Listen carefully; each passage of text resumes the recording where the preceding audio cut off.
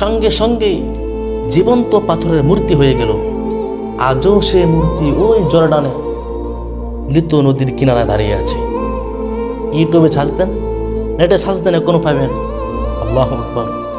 নবীর স্ত্রী হওয়ার পরেও আল্লাহর গজব থেকে রেহাই পায় নাই, ছাড় পায় নাই।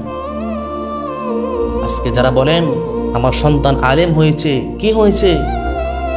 আমার সন্তান আলেম হয়েছে, আমি নামাজ না পড়লেও সমস্যা নেই, যাকাত না দিলেও সমস্যা নেই, যাকাত না দিলেও সমস্যা নেই, হজ না করলেও সমস্যা নেই, আমার সন্তান হাফেজ হয়েছে, আলেম হয়েছে, মুফতি হয়েছে।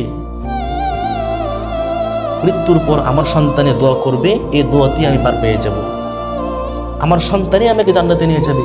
যারা এই কথা বলেন তারা লক্ষ্য করুন, নবীর স্ত্রী হওয়ার পরেও আল্লাহর আযাব থেকে রক্ষা পায় নাই।